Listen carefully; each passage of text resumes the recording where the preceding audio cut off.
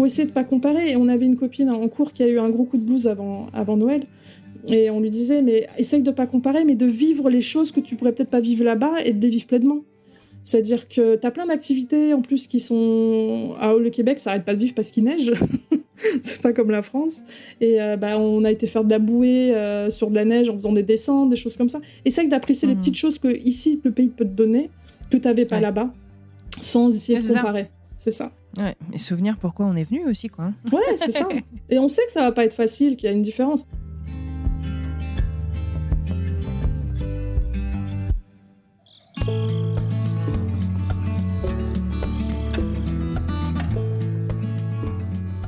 Partir vivre à l'étranger, quand on est lycéen, étudiant ou jeune professionnel, c'est assez facile. Ça ne veut pas dire que partir à l'étranger est simple, mais il y a quand même plein de solutions. Des PVT, des échanges universitaires, des années de césure. Sauf qu'une fois passé 30 ans, quand on ne peut pas s'expatrier pour son travail, ça se complique un petit peu.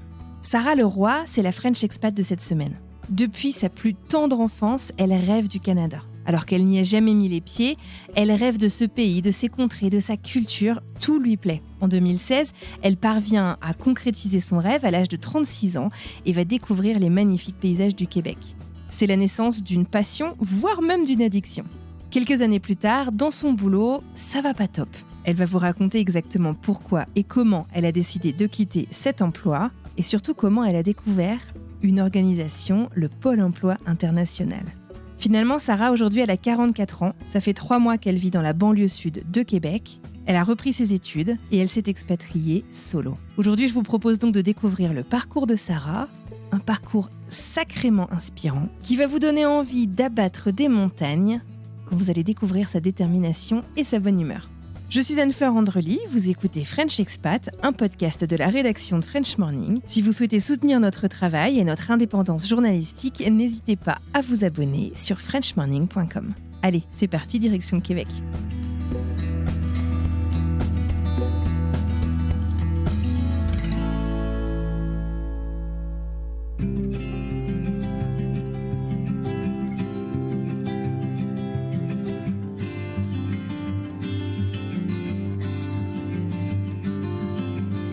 Alors moi je m'appelle Sarah, je vis au Québec depuis 3 mois maintenant. Je réalise mon rêve de vivre au Québec que je rêvais depuis que j'étais toute petite.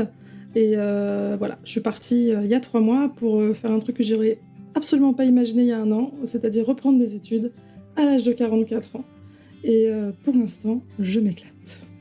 C'est génial, on a plein de choses à aborder dans ce nouvel épisode. Merci d'avoir accepté mon invitation et bienvenue dans French Expat, Sarah. Alors, peut-être qu'on peut reprendre de manière complètement chronologique. Tu dis que c'est ton rêve depuis toute petite et puis quand on a échangé en fait en amont, t'identifies pas exactement d'où vient ce rêve. T'as pu y réfléchir un peu ? C'est impossible d'identifier, c'est quelque chose qui, comme ça en fait, est en toi depuis le début, tu sais pas. C'est très étrange, ma mère est incapable de me dire d'où ça vient. Voilà, ça a été posé comme ça en moi quand j'étais enfant. Elle dit peut-être que t'as vu un reportage et t'es tombée amoureuse en voyant les images. Mais depuis que je suis toute petite, moi mon rêve c'était je veux aller au Canada. Alors tous ceux qui, à l'école, tu rêves d'aller où ? C'était les États-Unis, les States avec les séries américaines. Ou bien partir au chaud. Et moi c'était les grands paysages canadiens, c'était mon rêve. Alors que rien ne m'y prédestinait.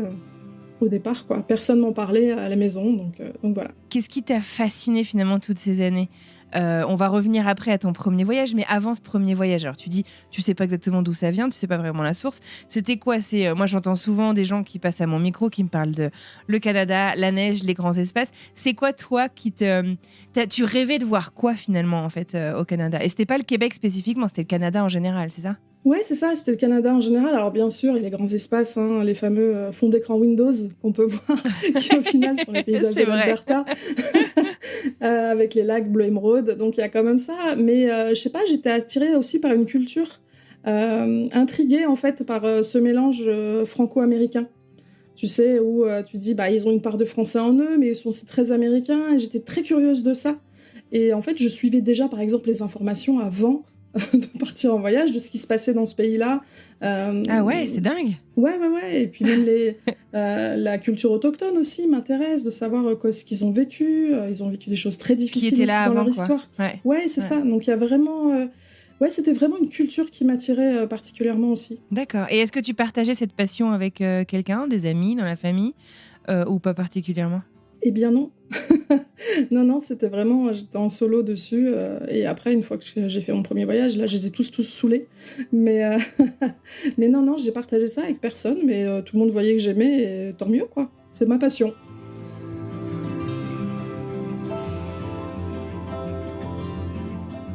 Et alors justement, ce premier voyage, donc c'est quoi? T'as eu une promotion au boulot qui t'a permis de mettre un petit peu d'argent de côté, c'est ça? Tu veux m'en parler? Ouais, c'est ça, je travaillais dans une maison d'accueil hospitalière, j'avais été secrétaire au départ, après je suis passée assistante de direction et puis chercher un poste de cadre qui regroupait quelques, fonctions que je faisais déjà en tant qu'assistante de direction, donc je me suis dit: «Pourquoi pas?» je passe cadre dans cette boîte et puis j'ai toujours ce rêve qui est là et tu sais, de partir au Canada, enfin, c'est pas comme si tu disais à quelqu'un: «On part en week-end à Rome», c'est plus compliqué de partir Il y a avec pas quelqu'un. Ryanair. Non, c'est ça. Et puis, il y a une année, je me dis: «C'est bon, j'en rêve depuis tellement longtemps, il faut que je me lance, en fait». Je le fais seule, tant pis, je passe, au-dessus de cette peur de partir en solo, hein, qui quand même, voilà, est toujours un petit peu là, même si tu pars pas dans un pays non plus, voilà, qui est dangereux. Au contraire, le Canada est réputé comme safe. Donc voilà, donc j'ai ça, je mets de l'argent de côté. Je suis pas quelqu'un qui va au restaurant, qui fait plein de sorties, il y a des choses comme ça, donc voilà, assez économe et puis je me dis: «Bah, ça y est, c'est le moment ou jamais». Et puis je vais voir, une agence pour ce premier voyage et là, j'explique, voilà, c'est mon rêve et puis alors l'agence tu fais un peu le tour classique au premier voyage, en fait. C'est quoi le tour classique? Tu voir le Québec spécifiquement à ce moment-là? Ouais, c'est Enfin, je veux dire, le Canada, c'est quand même un pays continent aussi, j'imagine que tu peux pas faire le tour en 15 jours? non, c'est clair, je pense qu'il faut plus qu'une vie. Et puis c'est épuisant, ouais, c'est ça? Ouais, c'est épuisant. Non, c'était vraiment le Québec parce qu'il y avait toujours cet aspect, tu sais, franco-américain qui m'intéressait et je voulais Le vraiment cousin rencontrer canadien? exactement. Donc j'y vais, je dis: «Bah, vous partez seule?» «Oui». Oui, je veux le faire seule, quoi et puis le tour classique, c'était quoi? À Montréal, après tu remontes, vers Tadoussac où tu vas voir les baleines, tu passes par la Malbaie, tu finis par aller voir le Vieux-Québec. Voilà, c'est une petite boucle un petit peu classique que je fais en 10 jours et voilà et j'organise ça avec l'agence de voyage, avec un gars adorable qui m'a vraiment beaucoup aidée parce que pour le coup, j'avais pris l'avion pour Ouais. Rome, juste l'année d'avant, quoi. Ah oui, d'accord, donc les voyages tout court, c'était complètement nouveau, quoi. C'était Ah ouais! nouvelles Ouais, aventures. c'est ça, Une nouvelle Sarah. une nouvelle Sarah est née, une Ouais, aventurière, dans la famille et les amis qui, avant n'existaient pas en fait, mais ouais. vraiment pas du tout, quoi. Ils ont réagi comment dans ton entourage justement quand la première fois finalement que tu as dit: «Bon bah, salut les gars, moi je pars en vacances toute seule à l'autre bout du monde». Enfin, j'imagine que ça doit être surprenant si tu as jamais rien fait de similaire avant? Ouais, alors j'ai jamais rien fait de similaire. Par contre, tu vois, j'ai quitté quand j'avais 20 ans, j'ai tout quitté pour faire fille au père. Donc voilà, j'étais partie 1 an en Angleterre. Ah d'accord. Ah bah d'accord, OK, donc c'était l'aventure, mais enfin quand même. D'accord, OK. Ouais, mais voilà, après, j'avais quitté je suis du Nord, moi, je suis une ch'ti. J'ai quitté le Nord pour aller en région parisienne parce qu'il y avait du boulot, plus en région parisienne que dans le Nord. Donc j'avais quand même fait quelques petits trucs un petit peu fous, on va dire. Mais de là de partir loin en vacances alors que je voyageais pas avant, ouais, c'était un petit peu différent. Mais ils étaient hyper contents pour moi. Ça y est, enfin, elle Ouais, réalise son soutenant quoi. rêve, ouais, ouais, ouais, elle réalise son rêve du D'accord. Canada et puis, comme je te disais, c'est un pays, voilà, ça craint pas, Ouais. quoi. Et alors, tu quel âge, la première fois que tu es partie au Canada? C'était en 2016, donc c'était il y a 7 ans, donc j'avais 36 ans. Ouais, Donc c'est 36 quand ans. même vachement récent. Enfin, je veux dire, c'est dans la Ouais. dernière décennie. Ah ouais, Et ouais. comment est-ce que tu expliques, alors je sais que tu as mis de côté et cetera, suite à cette promotion, mais est-ce que c'était, purement financier ou est-ce que tu penses qu'il y a eu peut-être des blocages, psychologiques, avant entre tes 18 ans où tu es partie faire Mmh fille au mh. père en Angleterre, et tes 36 ans? Bah, il s'est passé 18 ans justement entre les 2, C'est ça. entre ces 2 grands voyages? Il y a l'aspect financier, oui, parce que, bah, c'est quand même un coût, hein, de partir si loin, l'avion et il y a l'aspect psychologique aussi. Il faut dire, partir seul, c'est quand même pas évident, et au final, tous ceux qui sont partis seuls vont me dire: «C'était génial, je me suis découverte, tu apprends à te connaître toi-même» et c'est vrai. Mais une fois que tu as réussi à faire ce pas, après c'est que du bonheur. Mais oui, moi j'attendais limite toujours quelqu'un pour partir et cette année-là, je me suis dit: «Allez, on arrête d'attendre et on y va, quoi». Et enfin, je vais me dire: «Mais elle est relou, elle insiste», mais du coup, enfin, comment t'expliques que psychologiquement ça a cliqué, c'était maintenant, quoi. Tu vois ce que je veux dire? Comment est-ce que cette fois-ci, t'avais pas peur, t'attendais personne, c'était vas-y, j'y vais. Est-ce que tu saurais, je sais pas, il y a quelque chose qui s'est passé dans ta vie ou pas particulièrement? Pas particulièrement. J'avais fait ce petit voyage à Rome avec une copine l'année d'avant. En fait, on est parti genre en mars, donc 2015, et j'ai vraiment aimé en fait. C'est-à-dire que c'était la première fois que je prenais un gros avion, que je partais en avion en tout cas, et j'ai kiffé tout simplement. Et ce petit week-end de 3 jours a été une grosse découverte, et je sais pas, d'un seul coup, j'ai le démon du voyage qui est entré en moi. Le clic, quoi. D'accord. Ouais, c'est ça. Et puis je me suis Donc dit, merci à cette copine, ouais. ce premier voyage à Rome. D'ailleurs, c'est elle qui m'a fait connaître aussi le podcast. Ah bah comment elle s'appelle? Faut qu'on lui dise bonjour. On dit bonjour à Perrine, et je lui ai pas dit que je faisais le podcast, donc ce sera une surprise. Ouais. Bah écoute, merci Perrine d'avoir fait découvrir à Sarah le podcast. Alors, parlons un petit peu de ta vie avant que tu prennes la décision de partir. Alors, on a parlé des vacances, mais que tu partes vivre au Canada. À quoi ressemblait ton quotidien? Donc, tu nous disais t'habitais en région parisienne. Tu travaillais donc dans le social. Tu veux nous raconter un petit peu à quoi ressemblaient tes journées, tes semaines, tes vacances? Assez classique. Moi, j'ai toujours travaillé dans le social. J'avais toujours cette fibre de me dire, quand je vais bosser le matin, j'ai besoin que ce soit utile à l'autre, en fait. Donc, j'ai commencé à bosser autour de 20 ans, et j'ai toujours bossé en assos. Et mon quotidien était assez classique, en fait, hein. Moi, je travaillais en maison d'accueil hospitalière, donc j'étais au contact de malades toute la journée, qui venaient se faire soigner en région parisienne, mais qui venaient pas de la région parisienne. Donc, ta vie est vite relativisée quand tu vois eux tous qui vivent, hein. Et voilà. Ouais, pour moi, c'est quelque chose d'important. Donc, j'avais une vie hyper classique. Alors, je suis pas extra sociable, à avoir 15 amis, à aller faire la fête toutes les semaines. C'est pas du tout mon truc. J'ai une grosse partie d'introversion. Donc, un quotidien plutôt banal, en fait. Presque métro boulot dodo. Calme. Ouais, très calme. Si ce n'est que j'habitais à 150 mètres de mon travail. Donc, il n'y avait pas de métro, mais, mais voilà. Mais voilà, une femme simple, sans... pas extravertie, voilà, toute simple.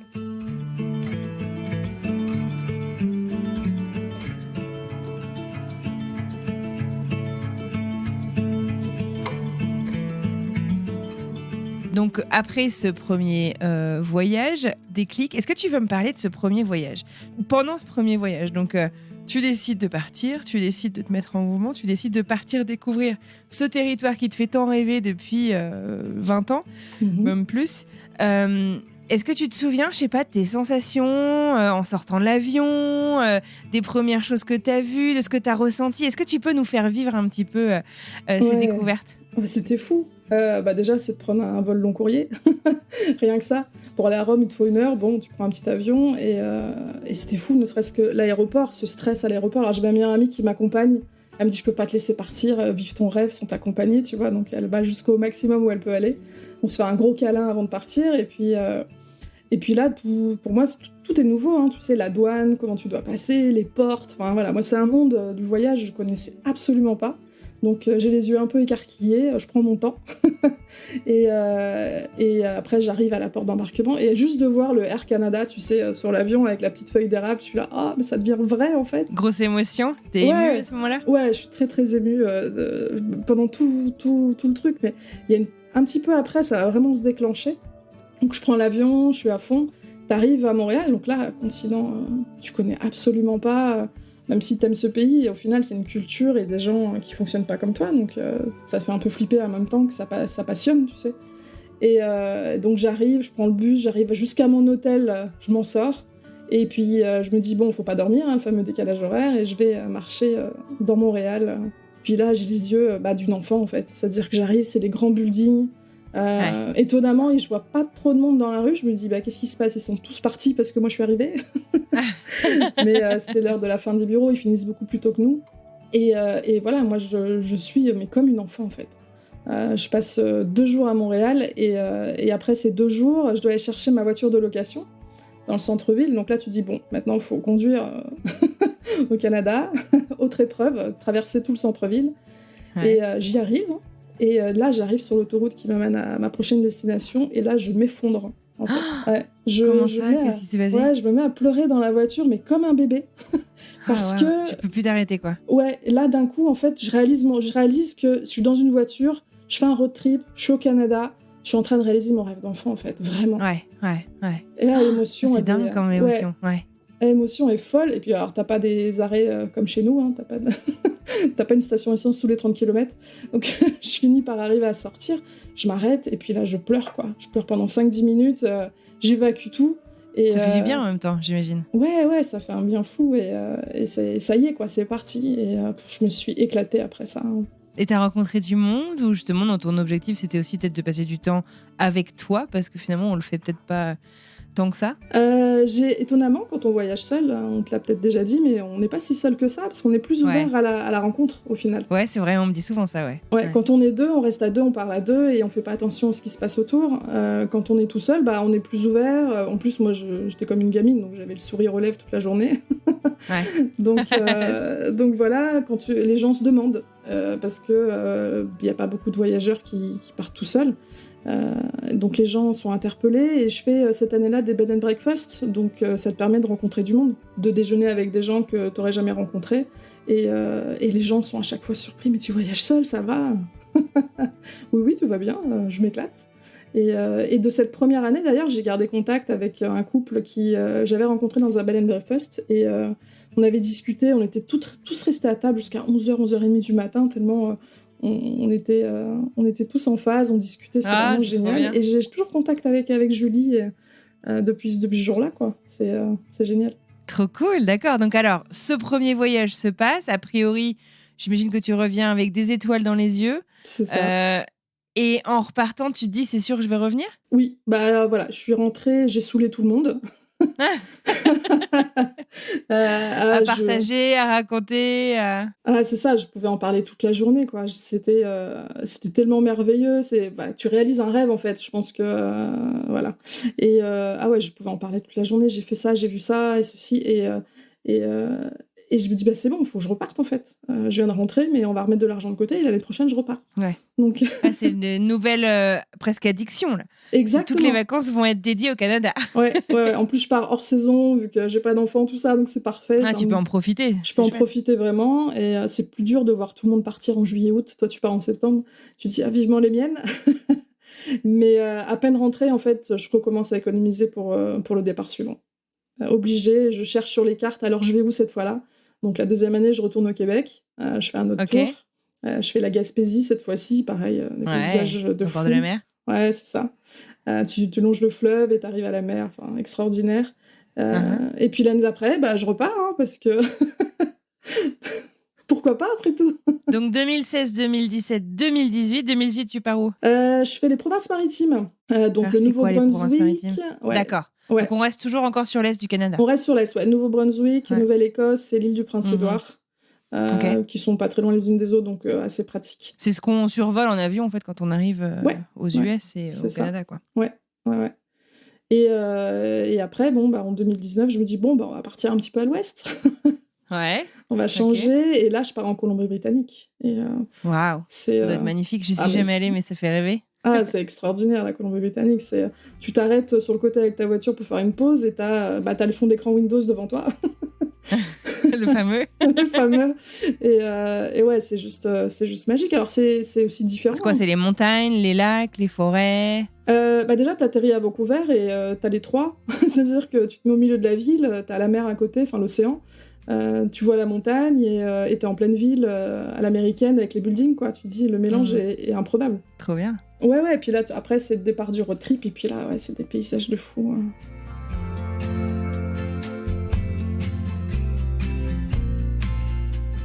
T'avais déjà fait des road trips avant ces voyages au Canada, ou c'est aussi un truc que tu t'es découvert, une passion que tu t'es découverte sur le tard? Ouais, c'est aussi une passion découverte sur le tard. Parce que le premier road trip, c'était le premier voyage au Canada, en fait. Ah, c'est incroyable, hein. Ouais, d'accord. Il y a des gens qui s'y préparent toute leur vie. Enfin, c'est cool. C'est ça. Et non, c'est...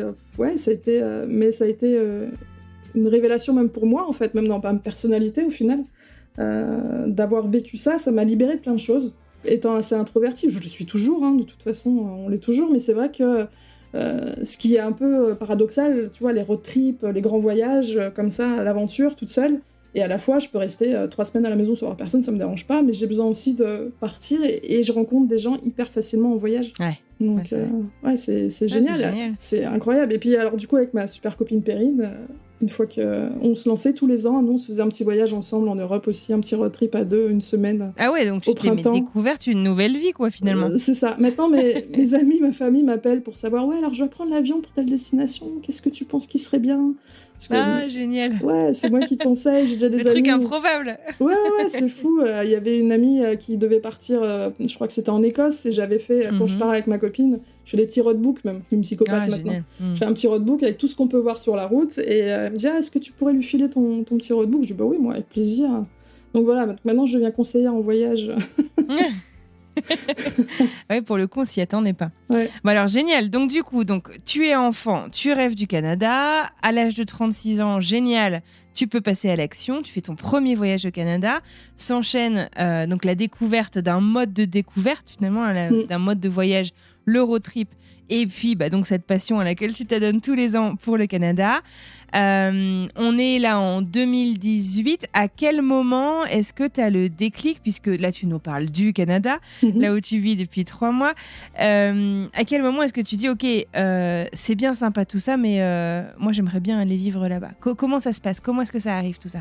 Je me le dis pas. En fait, ça reste c'est le rêve après le rêve, tu sais, ça va en descendant. Parce que t'aimes ce pays, tu le visites et là tu te rends compte que t'es vraiment amoureuse du pays, en fait, effectivement, avec les voyages. Mais je me dis, pour moi, ça semble irréel de pouvoir y habiter. Et puis, ça fait pas partie du champ des possibles, quoi. Non, vraiment pas. Et puis tu te dis, entre les vacances et la vie au quotidien, c'est quand même un monde. Tu peux vraiment aimer le pays, la culture, tout, et y habiter. Et au final, te rendre compte, non, c'est vraiment juste bien en vacances, c'est pas pour la vie de tous les jours. Donc c'est pas du tout quelque chose que j'envisage en fait, et je l'envisageais pas il y a 1 an. et c'est venu parce que j'ai quitté mon travail, et c'est arrivé vraiment par hasard. Alors vas-y, tu peux pas nous laisser comme ça, faut que tu nous racontes un petit peu. Ouais, c'est ça, je travaillais en maison d'accueil hospitalière, et puis le Covid arrive. Alors nous, on n'est pas médicalisés, mais on travaille avec des infirmières, tout ça, qui viennent tous les jours, etc. Et puis, du jour au lendemain, le Covid arrive, tout se ferme de partout, et même nous, on est bousculés. Tu vois, on a un self où on travaille avec des cuisiniers extérieurs, ils nous disent demain on ferme le self. C'est pas possible, on a 115 personnes, on fait comment pour les nourrir? Ouais, tu peux pas les laisser mourir de faim. C'est ça. Donc voilà, et puis personne savait ce que c'était, de toute façon, le Covid. Donc ça a été très difficile à tout gérer. Bon, l'équipe a été géniale, tout le monde a géré comme il faut, même si ça a été très difficile pour tout le monde. Et voilà. Et puis en fait, sur les 2 dernières années, enfin les années qui ont suivi, enfin voilà, je me suis un peu lassée de ce que je faisais. C'était un petit peu, c'était un petit peu toujours la même chose. Voilà, je me sentais plus très bien au travail, la politique associative qui évoluait me plaisait pas trop. D'accord. Et je sentais que ça allait pas. Arrivé fin 2022. Ah oui, donc super récent, il y a 1 an à peu près, quoi. Ouais, c'est ça. Je sens que ça va moins bien, tu vas au travail avec des pieds de plomb, alors que les gens qui sont là-bas, c'est ma famille en fait. Je vis avec eux beaucoup de temps. On s'entend tous bien, c'est vraiment une famille unie, enfin voilà. Mais voilà, moi je perds le goût du travail, je m'ennuie presque, ça va plus très bien. Et j'y vais des fois, même je pleure chez moi avant de partir, quoi. Ah, ouais. Ouais, ça devient dur. Donc un quotidien qui devient super lourd à vivre, quoi. Ouais, c'est ça. Et je pars en voyage en Irlande avec ma copine. Pour changer. Pour changer, je les attendais, ces vacances-là, vraiment. Et voilà, on est en Irlande, tout va bien, on croise des moutons partout. et je reviens de vacances, et en fait, 2 jours après être revenue, je craque au bureau, en fait. Littéralement, et je sais que le lendemain, je peux pas revenir. Ah ouais, d'accord, c'est vraiment le point de non-retour, quoi. Ouais, c'est ça. Donc je préviens la direction en disant, écoutez, moi, il faut que je me mette en arrêt, là. Tu consultes, tu vas voir quelqu'un pour... Ouais, je vais voir mon médecin de famille, en fait, qui m'a vu grandir. Donc je repars dans le Nord, dans le cocon familial. Je vais voir mon médecin qui me voit, qui m'a vu grandir, qui me dit, non, là, tu peux pas retourner travailler dans cet état-là. Mais c'est assez brutal en même temps. À la fois, pour moi, j'étais pas bien, mais je pensais pas à ce point-là, en fait. On a tendance à minimiser. Enfin, quand c'est toujours de la santé mentale, on a tendance à dire, mon corps fonctionne, je peux y aller. Enfin, C'est ça. Et du coup, en fait, ça fait qu'on attend parfois beaucoup trop tard, quoi, pour réagir. Exactement. Puis même les collègues du travail n'ont pas compris pourquoi presque du jour au lendemain, je suis plus là. Et je reviens pas, surtout. Je reviens pas tout de suite. C'est-à-dire, je prends pas juste 3 jours de pause. C'est que déjà, mon médecin me dit, il faut là, je te mets 1 mois tout de suite. Il faut vraiment que tu fasses un break. Donc, donc voilà. Donc je me retrouve là, même presque moins surprise aussi, parce que même si ça va pas, comme je te disais, tu bosses dans une maison d'accueil hospitalière, tu relativises quand même. Bien tu sûr, vois des gens ouais. qui ont des cancers, qui ont des graves maladies tous les jours. Enfin voilà, donc tu dis toi à côté, c'est rien. Et voilà, et je reviens pas et je sais pas quoi faire à ce moment-là. Je suis perdue. Et j'ai une autre collègue demande une rupture parce qu'elle aussi, elle en pouvait plus et qu'elle avait besoin de changement. Rupture conventionnelle. Et je me dis, tiens, pourquoi pas? Alors que j'envisageais, mais pour rien au monde, de quitter mon travail. Ça a d'ailleurs été un deuil à faire, hein, de quitter ce job parce que je te dis, hein, une famille d'équipe Puis t'y étais qui... depuis quoi, 10-12 ans? Ouais, c'est ça. Ouais. J'étais dans ma 11e année, là. Ouais. Et je tente ma chance avec cette rupture. On sait que la politique de l'association, là, où je bosse, c'est de refuser toutes les ruptures conventionnelles. Ah, waouh. Ah Ouais. oui, donc d'accord, donc t'y vas pas, c'est pas gagné d'avance, quoi. Ah non, j'y vais en me disant... Bah, en fait, tu dis...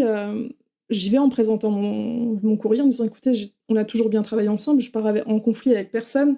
S'il vous plaît, aidez-moi à partir, en fait, dans des bonnes conditions, parce qu'il faut pas se leurrer, hein, quand tu quittes ton job et que tu as 3 mois de Pôle emploi où tu n'as rien, quand tu démissionnes, c'est quand même compliqué, parce que tu n'es pas sûr de te trouver derrière. Sûr. Donc c'était vraiment, donnez-moi un petit coup de pouce. Parce que là, tu pars parce qu'il te faut une coupure, ouais. Mais tu n'as rien derrière.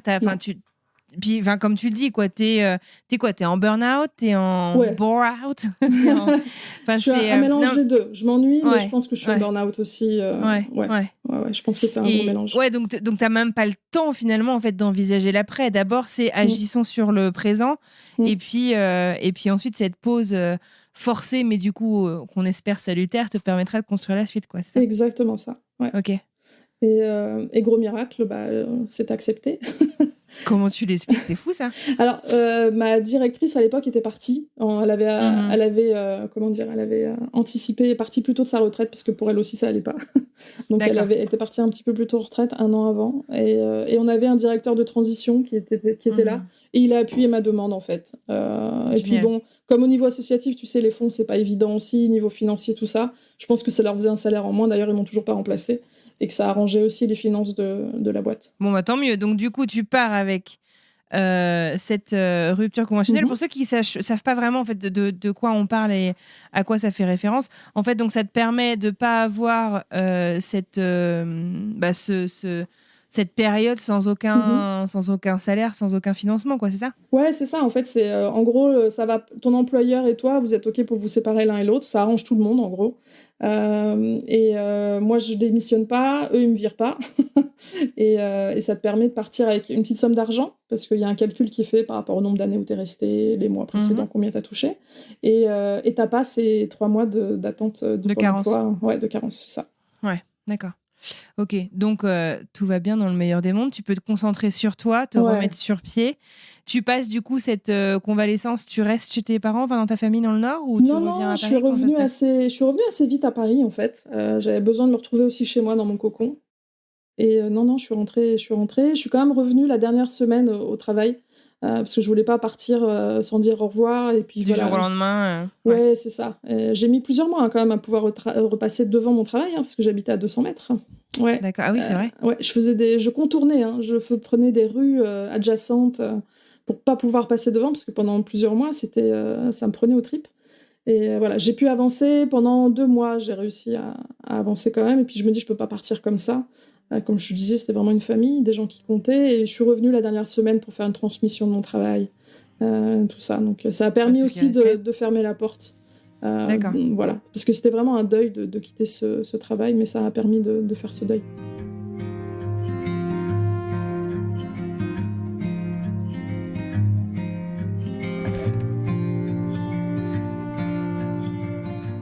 Pendant ces 2 mois où tu te concentres sur toi, à quel moment est-ce que tu commences à penser à la suite ? Assez vite, parce que tu dis que t'as pas de boulot, je suis célibataire, il y aura quand même des factures à payer. Et donc assez vite, je me dis mais je sais pas dans quoi partir. C'est-à-dire que mon job, j'étais responsable hébergement, donc je gère la sécurité, les équipes d'entretien, tout de la boîte. Donc tu le trouves dans les maisons de retraite par exemple. Donc c'est ce que je cible au départ. Mais est-ce que je voulais continuer à faire ce travail ou pas ? Je savais pas. En fait, j'étais vraiment perdue sur mon avenir. Et tu t'inscris au Pôle emploi le lendemain où tu quittes. Et j'ai un rendez-vous, 3 semaines après, avec une dame du Pôle emploi qui me demande pourquoi ceci. Donc j'explique les grosses lignes. Et vous voulez faire quoi ? Je sais pas. Ouais. Je sais pas. Et puis, lors de cette rencontre, elle me dit, mais par contre, moi, vous partez pas tant que je vous inscris pas à une formation. C'est obligatoire de s'inscrire à une formation? Bah, je pense pas, parce que moi, les autres amis ont pas eu besoin de faire ça. D'accord. Mais moi, elle m'a pas lâchée. D'accord. Elle dit, regardez la liste. Franchement, moi, je savais pas du tout déjà dans quoi j'allais. Et je vois sa liste, et rien qui m'intéresse. Et le petit truc, dans la liste, je vois juste un truc, je vois travailler à l'étranger. Je me dis, éventuellement, mettez-moi là-dedans. J'envisageais rien du tout, mais c'est le truc qui m'intéresse, qui était moins pire, on va dire. Et elle me dit, elle regarde, elle dit, non, c'est pas possible, il n'y a plus d'inscription du tout pour cette formation, elle n'existe plus. Je dis, bon, super. Et elle m'inscrit le budget pour les cadres. Ouais, génial. Un truc passionnant. T'as rien demandé, a priori, c'est pas ton sujet? Non, pas du tout. Donc, pas vraiment de grande compassion, tu lui expliques un peu ta situation et elle t'inscrit à un truc qui t'inspire pas du tout, sans vraiment ton aval non plus, quoi. C'est ça, et puis alors que tu vois, l'autre personne avec qui avait demandé aussi sa rupture dans mon travail, elle, au contraire, la dame du Pôle emploi qu'elle avait rencontrée était hyper compatissante de ce qu'elle avait vécu, des difficultés. Moi, je me retrouve avec complètement l'inverse, je me dis, c'est pas de bol, mauvaise pioche. Ouais. Bon, elle m'inscrit, j'y vais, j'arrive devant la porte, personne, le bureau fermé, il y a même pas une personne qui fait la queue, je dis, je suis à la bonne adresse, tout ça, déjà, j'étais pas motivée de base. Je fais des photos pour prouver au Pôle emploi que je suis venue, parce que le but c'est pas de oui, c'est clair. Ouais. Et je finis par les avoir au téléphone. Ils me disent, non, ça a été annulé. Je dis, super. C'est abusé. Déjà, je voulais pas y aller. Et entre-temps, en fait, au Pôle emploi, ils m'avaient transféré au Pôle emploi cadre. C'était pas au Pôle emploi cadre que j'avais été au départ. Et le monsieur qui s'occupait de moi, que j'avais pas encore rencontré, m'appelle sur la route du retour. Tu sais, je décide de repartir à pied, faire une demi-heure, 3/4 d'heure à pied, c'est pas grave, j'ai besoin de me défouler. Et le monsieur. T'as changé les idées, j'imagine. Ouais, c'est ça. Et le monsieur m'appelle et me dit, je suis désolée, si vous voulez, je vous réinscris à la prochaine. Et puis là, je lui dis, écoutez, votre formation de budget, là, moi, je voulais pas y aller. Ça m'intéressait pas. J'en avais qu'une éventuellement qui m'intéressait, c'était voyage à l'étranger, mais a priori, ça n'existe plus. Travailler à l'étranger. Ouais. Et il me dit, si, il y en a une lundi. Ah bon? Non, mais si. Sérieux. On était mercredi. Et il dit, vous voulez que je vous inscrive? Je dis, écoutez, allez-y, banco, quoi. Mais pareil, je sais pas dans quoi Tu lui as dit qu'on t'a dit que ça existait plus, que machin, ou tu t'es dit, vas-y, on laisse couler, c'est pas grave? Non, je lui ai dit, puis que j'avais pas le choix de m'inscrire. Il me dit, mais depuis quand c'est ça? Enfin, il était outré presque de ce que j'avais vécu, quoi. En fait, c'était la nana, elle avait décidé que tu n'irais pas à l'étranger, quoi. Ça n'a pas marché. Ouais, c'est ça. Et donc le lundi, j'y vais. Et puis là, réunion en visio, en fait, au final. C'était de la visio, webinaire qui explique. Et là, tu te rends compte qu'il existe un pôle emploi international. Alors ça, j'en ai jamais entendu parler. Je pense que personne n'en a jamais entendu parler. Alors peut-être que vous non plus, vous n'avez jamais entendu parler de ce fameux Pôle emploi à l'international. D'abord, le saviez-vous? Pôle emploi.fr agrège plus de 2000 opportunités d'emploi à l'international en ligne chaque jour. Donc si vous vous posez la question de partir à l'international, ça vaut le coup de jeter un œil.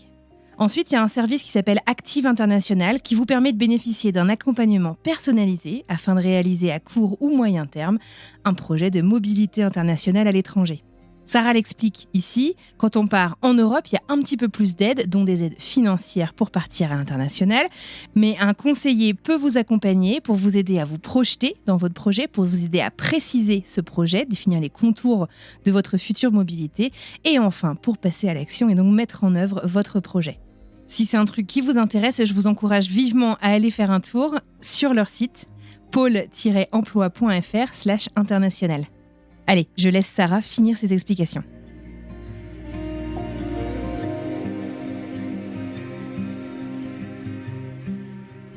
Je pense que si tu te lances pas dans une démarche comme ça, t'en entends pas parler en fait. Et que ce Pôle emploi international prend le relais pendant à peu près 1 an, si tu décides de suivre avec eux, sur ton parcours en fait de recherche d'emploi. Et donc ils te présentent plein de choses, et puis ils présentent des pays. Alors t'as des choses qui sont faisables en Europe, ils sont un peu plus aidants pour l'Europe par exemple, au niveau des aides pour s'installer, pour déménager, des choses comme ça. Et puis ils commencent à parler de l'Amérique, ils parlent du Québec. Bon là il n'y a pas d'aide, mais ils t'accompagnent quand même dans ton chemin. Mais t'as pas d'aide financière, t'as pas tout ça, mais ils te présentent tout ça, et puis ils n'arrêtent pas de parler du Québec, quoi. Là tu dis non. Comment ils disent en anglais, the quickest way to my heart, le chemin le plus court jusqu'à mon cœur. Ouais, c'est ça. Et dedans, ils te parlent des Journées Québec. Alors ça, pour ceux aussi qui connaissent pas en France, les Journées Québec, c'est des employeurs du Québec qui viennent 2 fois par an Donc, ils viennent en décembre et en juin, en France, à Paris, pour faire du recrutement. Donc là, je pense toujours pas partir, hein, mais je continue à faire mes petits webinaires tranquilles, j'avance, et je vois écrit Journée Québec, je me dis bon. Puis je parle à personne de tout ça. C'est-à-dire que moi, je suis dans mon petit monde, je tâte le terrain, j'envisage rien, mais j'y vais, en fait. Je me dis au moins comme ça, on peut pas dire que je cherche pas. Je regarde le site du Journée Québec. Alors, ils embauchent principalement dans tout ce qui est médical, la compta aussi beaucoup, tout ce qui est social. C'est vrai qu'ils font un énorme push. Le nombre de gens que je connais qui sont partis pour renforcer en fait des équipes médicales, notamment les infirmières, c'est incroyable. Ils recrutent avec tour de bras, quoi, dans ce secteur-là. Ouais, c'est ça. Et donc, je m'inscris au Journée Québec. Donc, tu vois des offres d'emploi. Alors, tu as 3 solutions. Tu postules. Donc, tu vois les offres avant d'aller à cette journée-là. C'est comme ça que ça se passe. Ouais, c'est ça. T'as un catalogue d'offres publié, tu postules, d'accord. Tu t'inscris sur leur site, tu vois leur catalogue suivant les différents. Donc, bien sûr, tu as tout ce qui est hôtellerie-restauration, tout ce qui est médical. Enfin, voilà, ça reste dans des domaines quand même très précis dont Québec a besoin, bien sûr. Et tu cherches. Et je vois une offre éventuellement d'un hôtel où ça pourrait correspondre. Je me dis, bon, de toute façon, ça ne coûte rien d'essayer, je le fais. Et alors, une fois que tu as postulé sur une offre, tu as 3 possibilités. Soit tu arrives à obtenir avec eux un entretien et tu as un rendez-vous au forum où ils sont tous présents avec cette entreprise.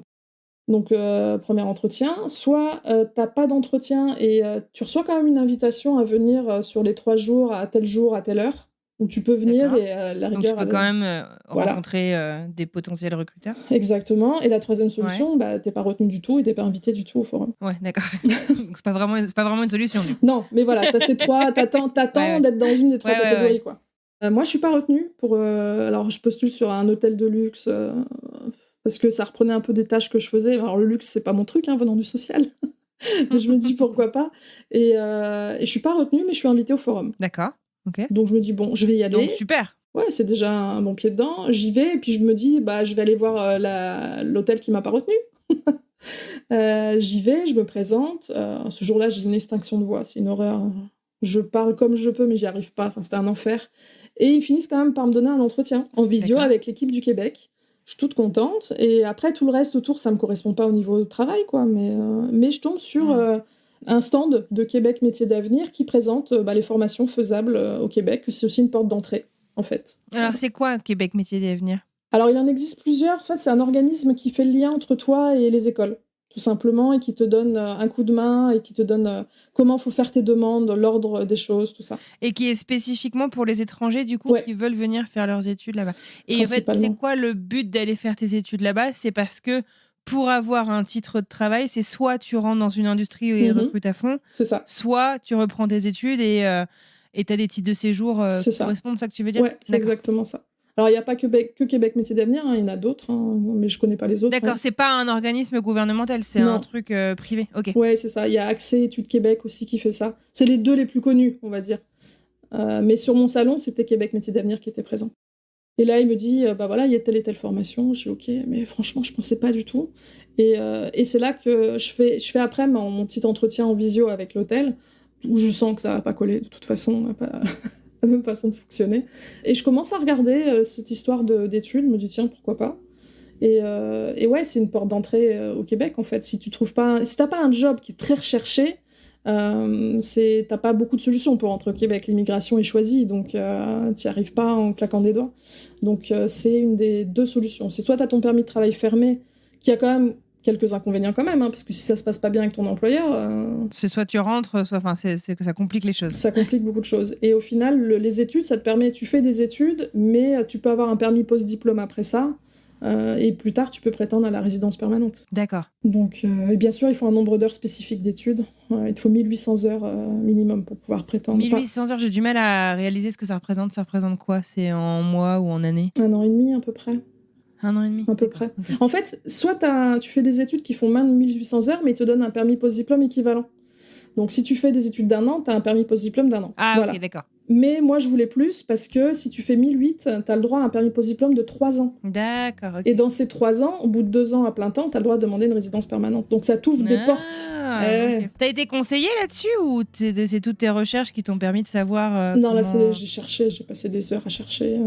là-dessus. T'as posé des questions à des gens ou comment est-ce que comment on se renseigne ? Parce que c'est pas facile toujours de trouver les dernières informations comment tu t'y es prise? Les forums, hein, souvent les forums sur Facebook, hein, d'immigrants, où il y a plein d'informations dessus, tu peux poser des questions. Le fameux site de Québec Métiers d'Avenir, hein, qui donne quand même énormément d'infos aussi. Qui regorge d'infos aussi. Ouais. Et tu fouilles. Enfin, voilà, moi je fouille de partout. Ouais.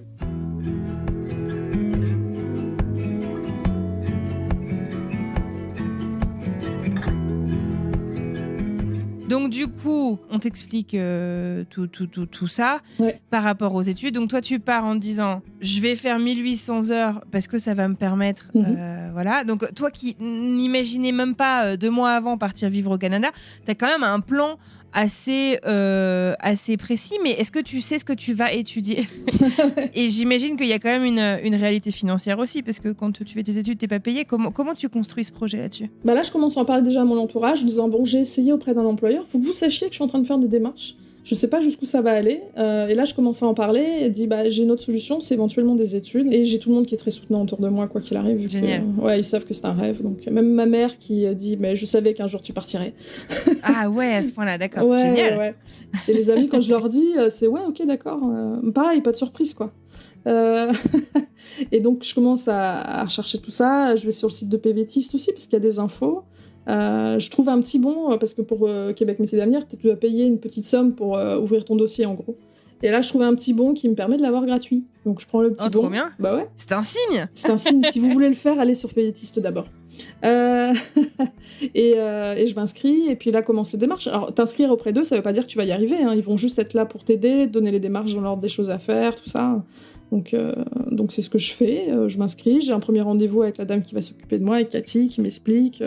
Voilà. Et puis j'avance au fur et à mesure, et puis je commence, je fais ma première demande. Ça s'appelle le CAQ, le certificat d'acceptation du Québec. Donc ça commence par ça, où tu remplis plein de documents, et t'attends déjà d'avoir ta réponse, ta première réponse qui est là. Alors il faut savoir que pour pouvoir partir, c'est pas juste tu pars faire des études et c'est bien, c'est que tu dois répondre aussi à des critères. Tu dois avoir une somme d'argent sur ton compte qui te permet de partir. Alors pas une somme, souvent il faut bien que pour pas être dépendant des aides sur place ou... C'est parce que de toute façon, t'en auras pas, sache-le. Et donc il te faut une somme suivant si t'es une personne, 2 personnes, des enfants, bien sûr ça augmente au fur et à mesure. Hein. Et tu vois, c'est là que la rupture conventionnelle a été super utile, parce que cet argent, j'avais pu le mettre de côté, sinon je ne pouvais pas partir. Ça représente quoi comme somme qu'ils te demandent d'avoir pour pouvoir partir? Ils demandaient, je crois que c'était 17 000 $ canadiens pour moi à l'époque. D'accord. Donc c'était 12 000 euros à peu près. Ah là, le taux de change, il est bien. Oui, il est très bien dans ce sens-là. C'est aussi ça qui me permettait de partir en vacances, parce qu'au final, t'étais un peu gagnant avec tes euros. C'est clair. Je fais une micro-pause, juste pour vous prévenir. Qu'est-ce que vous entendez là dans le fond? Si vous avez une idée, vous êtes peut-être déjà allé au Québec, ou peut-être que vous vivez dans une région enneigée. Il y a la déneigeuse qui est en train de passer et qui est en train de pelleter toute la neige au pied des fenêtres de Sarah. La séquence que j'ai coupée se trouve tout à la fin de cet épisode, si vous voulez en savoir plus. Allez, on y retourne. Enfin voilà, tu as des critères, tu réponds à plein de choses et tu attends cette première réponse du CAQ. Tu déposes tous tes papiers et t'attends. Et de toute façon, il faut savoir que là-dessus, ça sert à rien. N'écoutez pas, ne lisez pas les forums. Parce que tu as plein de gens qui disent combien de temps ça t'a pris. Il y en a un qui va te dire que ça t'a pris 3 jours et l'autre qui va te dire ça m'a pris 1 mois et demi pour avoir la réponse, quoi. Donc à la rigueur, attendez. Vous stressez pas en lisant tout ce qui est écrit, parce que tu vas dire ah, lui, il l'a eu tout de suite, ça veut dire que moi, je l'aurai pas. Les expériences de chacun sont hyper différentes. Et alors moi en plus je dépose mon papier et enfin ma demande, et après tu dois aller sur un autre site pour distribuer donner tous tes papiers. Et moi je regardais toujours sur ce deuxième site en fait si j'avais la réponse. Si ce n'est que la réponse était sur le premier. Oh là là, d'accord, le bordel. Là j'ai pas été douée pour le coup. Et j'ai attendu 3 semaines pour rien en plus, parce que j'avais eu la réponse 1 semaine après. Et moi ça faisait 1 mois que j'attendais. Donc la première étape est passée, et une fois que tu as ça, là tu fais ta demande de permis d'études. Hein. Ça veut pas dire que si tu as la première, la deuxième va marcher.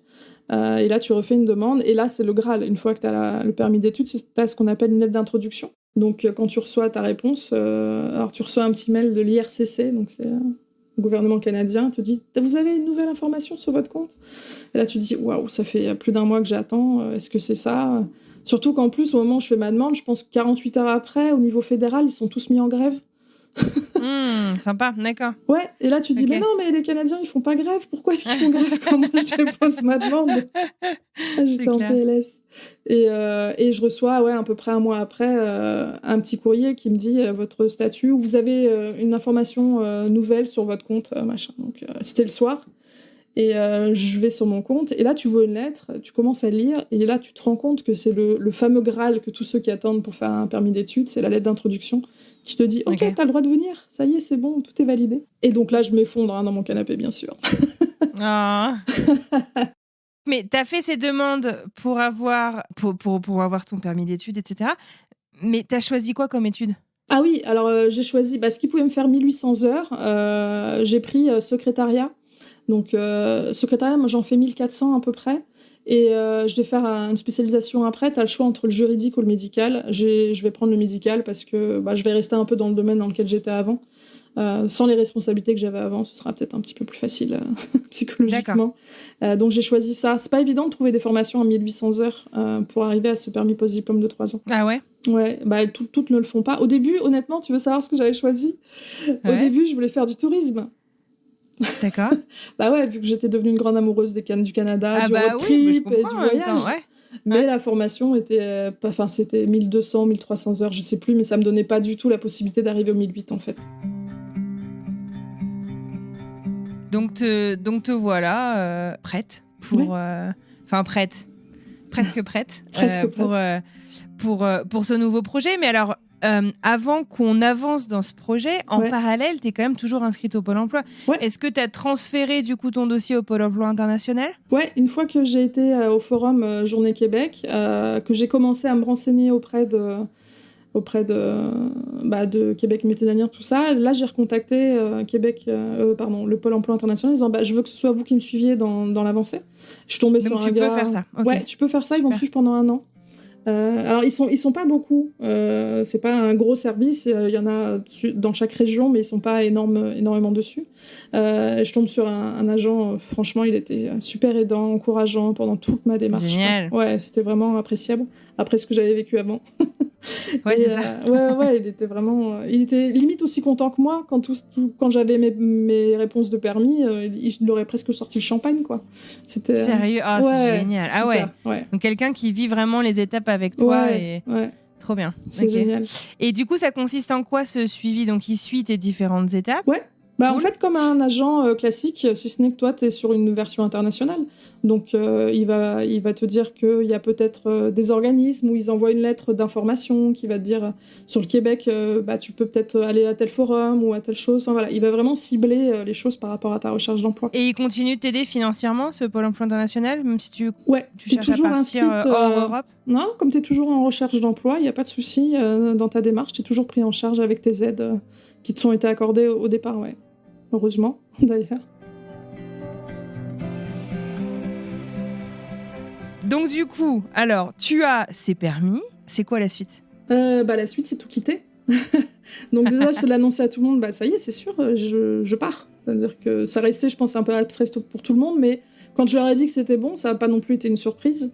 Je dis, est-ce que vous pouvez vous rouler par terre et pleurer parce que je vais vraiment partir. Et en fait, pour eux, c'est tout mon entourage, c'est tellement évident. Ah, donc t'étais limite déçue du manque de réaction des... Ok, tu pars, génial. Mais non, comment ça ? C'est vrai que c'est tellement évident pour eux, en fait, parce que j'en parle depuis tellement longtemps, c'est tellement un rêve depuis toujours que voilà, bien même sûr. Ma mère, comme je te disais, elle me disait, mais je savais que tu partirais un jour, quoi. Même si c'est super dur, bien entendu. C'est pas juste. Oui, ça enlève rien à la douleur du départ. Bien sûr. Mais c'est. Et là, tout s'organise, c'est-à-dire que je dois tout quitter. Je dois quitter mon logement, je dois tout revendre, tout donner. J'ai la réponse au mois de mai, le 11 mai, pour être précise. Et je commence mes cours. Alors, elle me dit, si tu veux, tu commences en août. La dame de Québec Métiers d'avenir, je dis, ça va faire un peu juste. Hein. Ouais, non, on va se ralentir un peu quand même. Et je décale à la rentrée d'après, parce qu'il y a plusieurs rentrées dans l'année, en fait.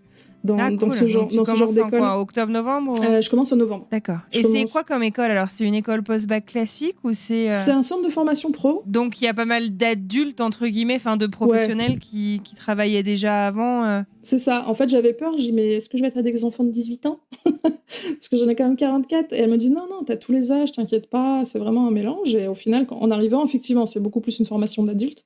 Alors, tu vois qu'il y a des plus jeunes, mais comme c'est une porte d'entrée pour beaucoup de gens au Québec, t'as beaucoup de Françaises ou de Français qui sont en formation là, en fait. Donc, vraiment des adultes. Parce qu'en fait, ça te permet à toi de faire des études, mais si t'as un conjoint, lui, il a un permis de travail ouvert qui est attaché à ton permis d'études. Alors, ça veut dire quoi, un permis de travail ouvert? C'est-à-dire qu'il peut faire ce qu'il veut, il peut travailler où il veut, quoi. C'est ça. Ouais, ça permet au deuxième de travailler où il veut, donc de faire entrer de l'argent pour la famille pendant que les gens font les études. Donc, c'est chouette, c'est cool ça. Ouais, c'est génial, ça permet. C'est pour ça que c'est une porte ouverte intéressante pour les gens qui veulent immigrer. Il faut quand même un des deux fasse des études, quoi. Mais c'est bien parce que ça permet aussi d'apprendre sur la culture, des nouvelles choses. Enfin là, je suis en secrétariat, ça fait que 3 mois, mais il y a des termes, des choses qui n'ont rien à voir avec la France. Bien sûr. Et tu dis heureusement au final que tu fais une formation, quoi. Que tu fais, ouais. Et alors, on parle souvent du coût des études. Moi, je connais les États-Unis puisque c'est là que j'habite depuis longtemps. Qu'est-ce qu'il en est au Québec? Est-ce que, surtout les formations professionnelles, ça peut être assez onéreux? Est-ce que c'est le cas au Québec aussi ou pas? Alors, on a la chance d'avoir un accord France-Québec. Ah, même sur la formation pro, c'est génial. Ouais. Ce qui fait qu'on ne paye pas nos études, en fait, au Québec. On doit juste payer les frais de scolarité. En gros, je paye mes bouquins toute l'année, quoi. C'est-à-dire que les bouquins, je les achetais au fur et à mesure. Je crois qu'on en a pour $600 à l'année, quelque chose comme ça. Mais si ce n'est que la formation, elle en coûte genre 14 000, mais on débourse rien du tout. Génial. Donc, c'est quand même un super avantage. Ouais. Donc, te voilà prête à commencer ta nouvelle vie au Québec. Comment est-ce que tu choisis l'école aussi? Est-ce qu'il y avait plusieurs écoles qui proposaient cette formation que tu voulais? Alors, ouais. Parce que j'imagine que t'as aussi du coup le lieu. Comment est-ce que tu as choisi où est-ce que tu allais vraiment poser tes valises? Ouais, t'as plein d'écoles en fait, même sur toute la province. Souvent, tout le monde va vers Montréal ou Québec, mais ceux qui veulent vraiment aller en région, vous pouvez aller en région. Il y a plein de centres de formation en région. Tout le monde ne fait pas les mêmes formations, bien entendu, mais il y a moyen de faire dans toute la province du Québec. Moi, je partais seule, donc je sais que j'ai pas quelqu'un qui va travailler pour faire rentrer de l'argent. Donc je savais que j'allais pas pouvoir acheter de voiture tout de suite, que mes économies, il fallait que je les mette dans mon loyer et dans ma nourriture. Donc Montréal, c'était non parce que le coût de la vie a vraiment augmenté. C'est très très cher, ouais. Les locations, c'était même pas la peine. Et puis alors, partir en coloc à 44 ans, ça me faisait pas rêver. Tu le voyais pas, tu te voyais pas le faire, quoi. Non, je l'avais fait plus jeune et voilà, c'était suffisant.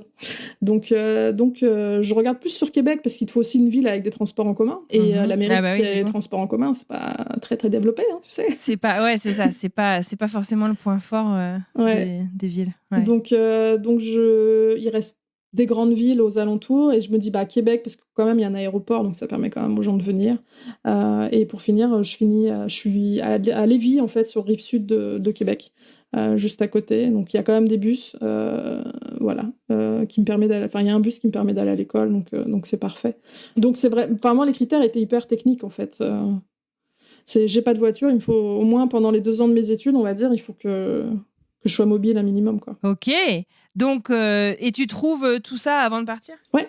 Je prends tous les renseignements par Internet. Et puis après, il y a Instagram, qui est hyper pratique, puisque bien sûr, je suis pas mal de comptes de gens qui sont au Canada. Et puis je me rends compte que une des filles que je suis, alors pas du tout pour ça, qui en plus habite à Lévis, je me rends compte qu'elle était dans l'école où je voulais aller. Non, mais sérieux? Elle passait une visite médicale, je sais pas trop quoi, et je lui pose une question. Ah, mais tu vas à l'école où je vais? Et là, je me dis, super, enfin quelqu'un qui peut me dire comment c'est et tout. Ouais, c'est génial. Ouais. La magie des réseaux sociaux. Et je lui pose plein de questions, et elle était aussi rassurante, me dit que l'école était super. Enfin voilà, donc comme je connais personne du tout, au final, ici, ça a été top.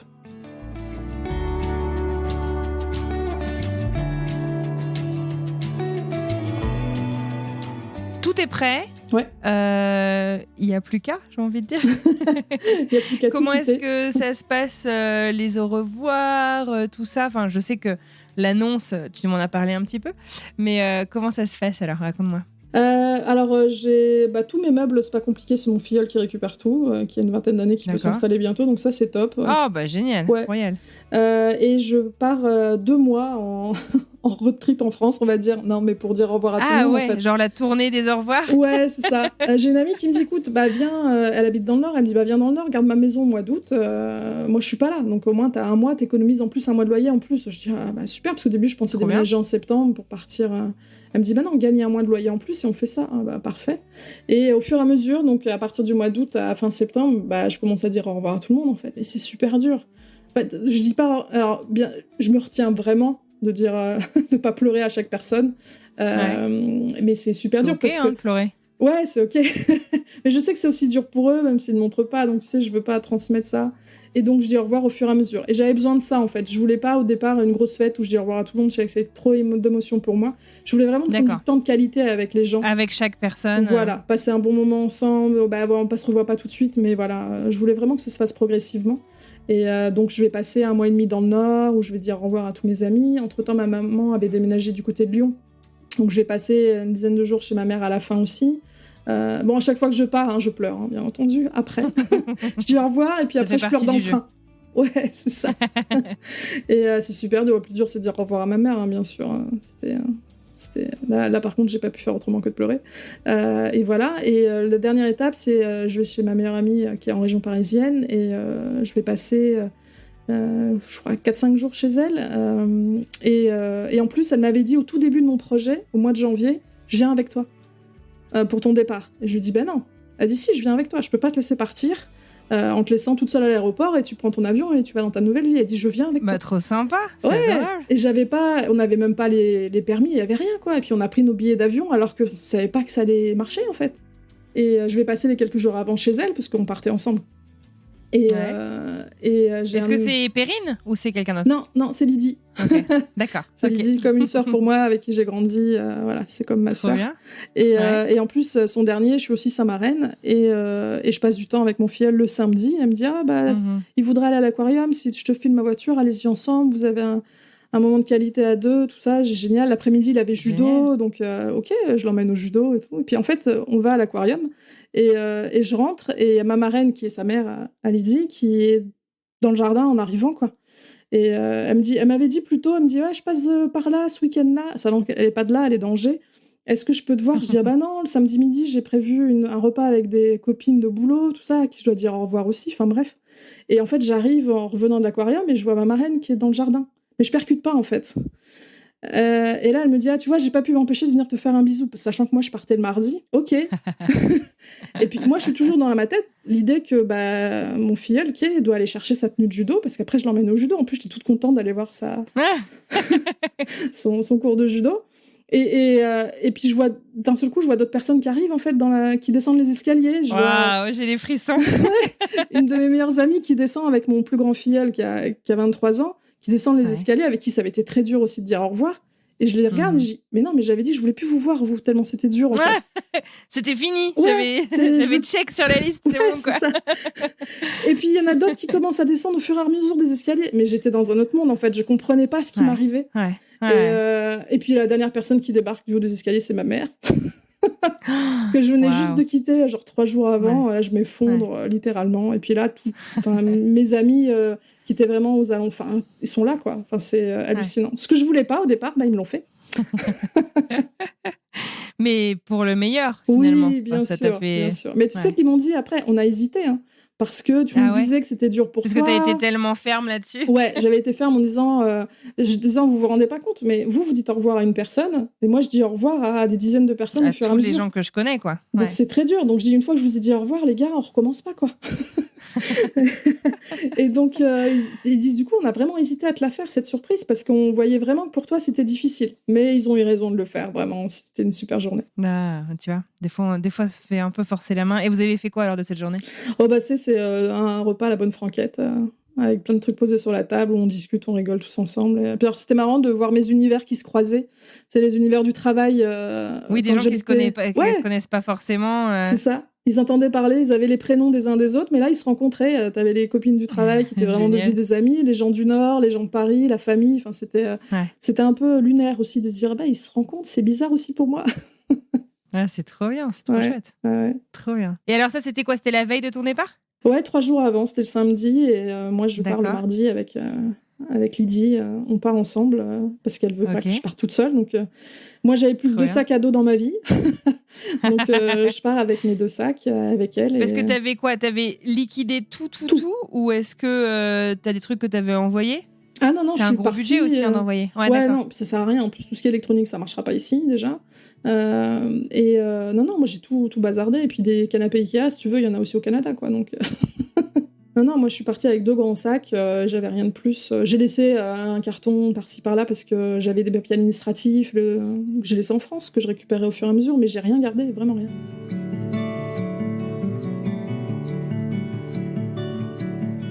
Donc, nous arrivons à ce fameux mardi. Ouais. Et donc, il y a Lydie qui t'accompagne à l'aéroport. Et on part à 2, ouais. On décolle ensemble. C'est fou, hein. Alors, C'est- c'est quoi? Trop plein d'émotions? Comment tu te sens? Enfin, j'imagine que là, ça y est, Ouais, bah c'est bizarre, parce que On tu est te dis, parti, quoi. au final, on est quasiment à la période où je pars en vacances au Canada. Ouais, c'est vrai. Mais tu reviens pas, quoi. C'est juste ça. Ouais. Donc, T'as pas de billet retour? Non. Et c'est un peu irréaliste. Tu sais que ça... Enfin, tu le sais, mais tu le réalises pas encore, en fait. Donc, je suis dans l'excitation de me dire, ah, enfin, je retourne au Canada. et ouais, c'est de la folie. Enfin, tout est mélangé. Tu quittes les gens, tu sais que tu vas pas les revoir tout de suite. T'es super content de partir réaliser ton rêve. Enfin, tu sais plus, en fait. Tu sais plus vraiment comment tu dois te positionner émotionnellement parlant. Et alors, avoir ta copine, j'imagine que c'est un énorme soutien pour vivre Ouais, ça. ouais, c'est génial. C'est On hyper atterrit. privilégié. Elle n'était jamais mis les pieds en Amérique, pour le coup. Ah, en plus Elle avait Ah oui, voyagé, d'accord, mais donc, pas en Amérique, donc c'était aussi une découverte. Et j'avais cette pression. J'imagine que c'est un grand bonheur pour toi de pouvoir lui partager Mais cette oui. passion aussi. Mais t'as Ouais. la pression, parce que tu leur dis depuis des années, le Canada c'est formidable, le Québec, toutes les provinces, enfin tu leur vends tellement un pays, Ouais. que je lui dis, mais si t'aimes pas, mais moi je suis au bout de ma vie, quoi. Je serais tellement déçue si t'aimes pas le pays. Mais bon, on y va, on va voir. Au final, voilà, on atterrit, on va chez moi, parce que j'ai aussi un chez moi. J'arrive et j'ai des clés, quoi.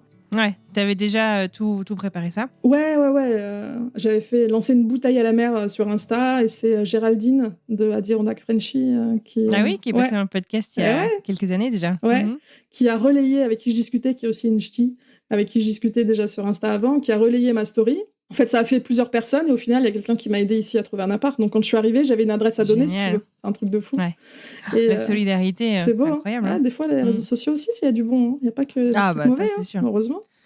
Ça, Et, c'est sûr. et on arrive, quoi. On arrive chez moi. Enfin, c'est trop bizarre. Tu ouvres une porte, t'es chez toi, que t'as vu qu'en photo. Et, Ouais, c'est ça. Alors, ouais. pas de mauvaise surprise? Non, pas de mauvaise surprise, des propriétaires adorables, vraiment. Voilà. Et puis comme j'avais pas dit à Lydie, mais j'avais loué une voiture pour les jours où elle était là, parce que quand t'as pas de voiture ici, c'est un cauchemar. Tu fais rien, quoi. Donc, j'avais loué une voiture pour quelques jours. J'ai pu lui faire découvrir le Québec pendant une semaine que j'aimais tant. Et elle est tombée amoureuse du Québec. Ah. Alors, elle emménage quand même. C'est plus compliqué avec tous les enfants qu'elle a. Ah oui, c'est pas la même logistique. Grande famille, non. Mais elle est tombée folle devant les étendues, devant la beauté du paysage. En plus, on arrive quand c'est les couleurs qui sont développées au max. Donc, t'imagines les arbres rouges, oranges, extraordinaires. Ouais, Quoi. ça, c'est magique. Ouais, vraiment. Donc, la première semaine, chouette. un peu touriste, tu vois, parce que je m'amuse à faire les guides en même temps. Mhm. Et je réalise pas encore que je reste juste au moment où elle part. Ouais, donc tu réalises pas que t'habites ici, quoi. Ouais, c'est ça. C'est à la fois j'ai pas envie qu'elle parte, mais à la fois j'ai envie de commencer cette nouvelle vie. C'est assez. C'est ouais, je comprends. C'est particulier, donc bon, je la dépose à l'aéroport, grosse larme, tout ça, normal. Et puis là, je rentre chez moi et ça y est, je suis chez moi. Ma nouvelle vie commence. Alors pas tout de suite en cours parce que j'avais 2-3 semaines avant de prendre les cours, histoire de Ouais, t'as bien m'adapter. fait. Mais ça y est, là, mon quotidien, je vais faire les courses. C'est devenu un Commence à quotidien, c'est réaliser. plus des vacances. Ouais. Génial. Super, ouais. Trop bien. C'était fou cette période-là. Puis après, la rentrée arrive. Ouais, donc tu dis 2-3 semaines plus tard. Ouais. Et là, t'as 5 ans et demi, quoi. T'as le stress des enfants qui rentrent à l'école. Ouais. À part que t'as 44 balais, tu dis ça va être qui mes copines et qu'est-ce que je dois T'es faire. dans quel état d'esprit à ce moment-là? Tu te dis il faut absolument que ça marche ou t'essaies d'enlever un peu la pression? Comment ça se passe? Ouais, enfin, j'ai pas trop de pression non plus. Enfin, je sais que ça va bien se passer sur le fond, mais tu sais, t'as le petit stress de tu sais pas dans quoi tu t'engages, quoi. Tu sais pas si les gens avec qui tu vas être en cours, tu vas accrocher ou pas. Enfin, voilà, t'as tout ce stress de départ. Et puis, ça reste l'inconnu. Et puis, tu reprends des cours à 44 ans, quoi. Tu te dis, est-ce que mon cerveau va percuter autant que quand j'en avais 20 ? Bon, déjà, il n'y a pas de maths, donc c'est déjà bien. Mais voilà, ouais, tu as tout ce stress qui monte quand même de se dire ça. C'est compliqué. Alors, la chance que j'avais, c'est que j'avais mis un truc sur un forum de la ville sur Facebook, et puis il y a une fille qui avait répondu. Et en fait, elle faisait la rentrée le même jour que moi, dans le même cours que moi. Donc, D'accord. Et c'était quoi? C'était une Française aussi? Ouais. Et on s'est rencontrés. Non, mais... Tu veux boire un verre avant de la rentrée? Bah ouais, donc on s'était rencontrés 2 jours avant la rentrée. Donc c'était sympa. On avait discuté, tout ça. Voilà, c'était une découverte. Et puis le jour de la rentrée, au moins dans le bus ou quoi, tu vois un visage connu. T'es un peu moins stressé, c'est d'arriver à deux, d'arriver tout seul où tu sais pas quoi faire, quoi dire, quoi. Bien sûr. Mais non, l'accueil de l'école a été vraiment super. Et puis là, tu te rends compte effectivement que c'est vraiment une formation d'adultes.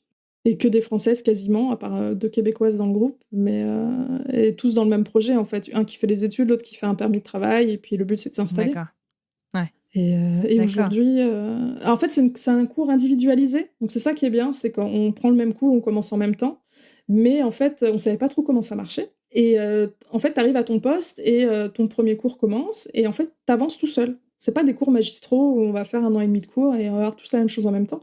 C'est quoi? C'est l'équivalent de TD, tu veux dire, ou... Ouais, en fait, t'avances à ton rythme, en fait. C'est-à-dire que toi, si pour ton cours, il te faut 40 heures, tu les fais en 40. T'as un nombre maximum quand même pour chaque cours, mais si ce cours de 40 heures, tu le fais en 20, ça marche aussi, en fait.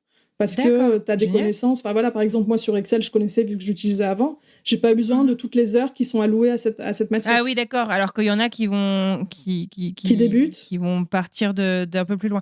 Mais par contre, il faut quand même que tu arrives à être aux 1800 heures. Ouais, mais en fait, tu peux aller plus vite. En fait, c'est quand même comptabilisé. C'est pas restrictif, heureusement. Donc, tu peux finir ta formation plus tôt. Donc, ça, c'est bien. Et donc, chacun avance à son rythme. Et en finale, aujourd'hui, copines de on est rentré à 8 dans ma session. Enfin, voilà, c'est des super copines. On se voit le week-end, on va faire du patin à glace, on tombe.